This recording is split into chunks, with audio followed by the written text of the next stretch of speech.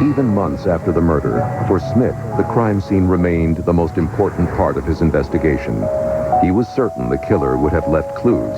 It was just a matter of finding them. In the previous analysis, we dealt with John Andrews' room. We dealt with the rucksack in it and John's knowledge at the time. I mean, Lou Smith asked him specifically about the backpack at that time. Lou Smith, John Andrews' bedroom, did you ever recall any rope or cord being in this room?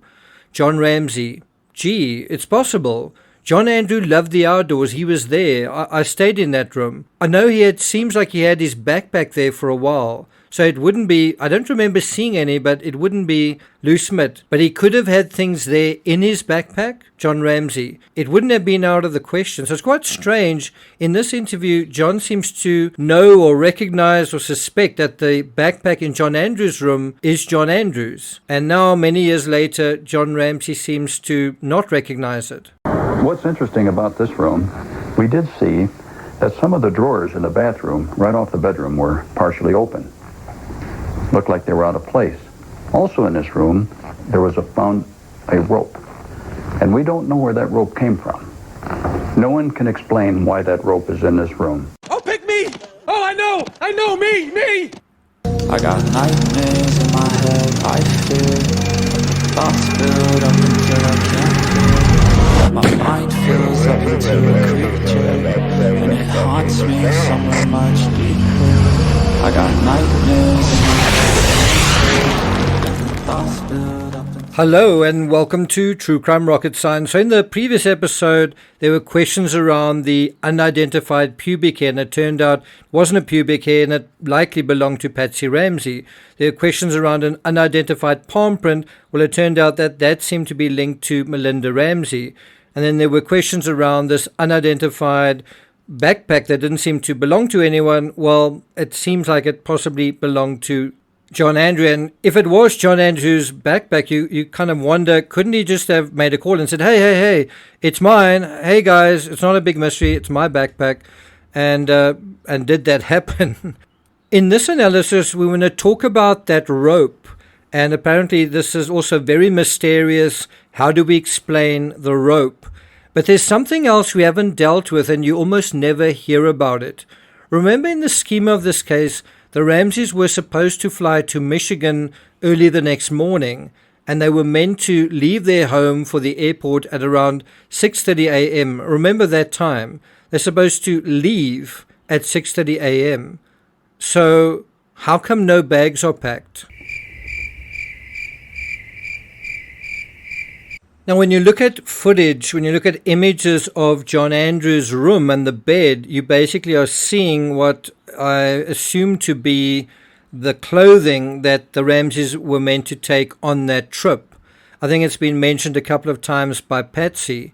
But then the question is, so was Patsy going to do that packing between 6 and 6:30? But then what about getting the kids ready, and where are the suitcases? Where are the toothbrushes and all the paraphernalia needed for a several-day-long trip? It certainly doesn't seem as though the Ramseys were packed up and ready to go first thing the next morning. And let's be clear, this wasn't a quick little weekend jaunt either. It was a family of 4 going to Michigan for a few days. They were going to take Christmas gifts along as well. And then from there, on a boat cruise, a Disney big red boat trip. Here are a couple of flyers advertising that thing, and it shows you they were trying to really go large with the kids as well. It was also Patsy's 40th birthday on December 29th. You can bet that Patsy was going to have a special outfit ready for that. But if Patsy got up just before 6, read the note and called 911 almost immediately, how come no bags are packed? She had about half an hour to do that. As a mother, would you say that that is enough time? And didn't she do that? Didn't she finish that before going to bed on the night before? So once again, I want you to look at this image. Do you see any suitcases, any packed bag, any clothing that's really sorted in this room, ready for their family trip? And if you think the timing around this is speculation, let's go to Patsy Ramsey's interview with the police. She says, I didn't set the alarm. John, it's on his side of the bed, and he always sets that. I was just thinking he wanted to take off at 7, so it means we had to leave the house about 6:30, and I usually get up around 45 minutes, half an hour, 45 minutes to an hour earlier to kind of pull things together. And so the question is, did Patsy? What did she pull together? Because in her story, she tends to say that she went downstairs not to pack, but to make coffee. That was her first priority. And then she says, and we just throw our clothes on and go when it's that early. We had to leave at 7 because we had to meet Melinda and John Andrew. And I've heard people say, well, they wouldn't need to pack anything because they had a home in Michigan and all the clothing they needed would be in that home. Really, so you wouldn't pack a single suitcase with anything for 4 people. Well, if that's the case, why are there clothes on John Andrew's bed to begin with? John and Patsy Ramsey now found themselves isolated and reviled. Few believed them when they said there was a killer on the loose. My, how times have changed, and of course this was actually a Ramsey Apologia video that came out after 2000 during this whole aftermath where everyone assumed that the grand jury had voted not to indict them, that the grand jury had assumed their innocence. And Lou Smith played a very important role in restoring the Ramseys' reputations. But now let's deal with the rope. Before we get to that, if you haven't subscribed to the channel, please do. Welcome to the many of you who have subscribed. If you're still learning things about this case that you've not heard anywhere else, seen things that you've not seen anywhere else, please hit the thanks button. And bear in mind, the very next video in this series, it's going to be a really fascinating one. It's another area you don't often hear about. We're going to be dealing with the question of lights from the Ramsey home. So look out for that. And let's get started with a rope. Now, because it wasn't just a rucksack, but rope found in John Andrews' room as well, we need to kind of deal with that. Now, what I don't understand, if the intruder brought a rucksack with rope in it, why did he tie JonBenet not with that rope, but with nylon cord? And I mean, just like the stick is kind of this pathetic, very fragile, very thin stick that's easy to break the ends off it. You know, the cords around that are also, although strong, nothing like the sturdiness of the rope that the intruder supposedly brought with him. Again, the short version of this is, if the Ramseys had never seen it before, meaning the rope, the intruder must have brought it and used it to fill up his otherwise empty backpack for a night camping in the Ramsey home on Christmas night. The rope, of course, is also interesting when you dig into it. The Ramseys claimed never to have seen it. And yet there seems to be rope, in some cases very similar looking to the rope that is indicated here, scattered right throughout the Ramsey home. When you're not in on a crime scene, you do miss out on quite a bit of the feelings that you get during the initial investigation. That's where photographs really do come in. The Police Department did take great photographs. I did spend a great deal of time inspecting each and every one of those photographs. And Lou's right. If you look at the photographs, you do see things in them. For example, rope.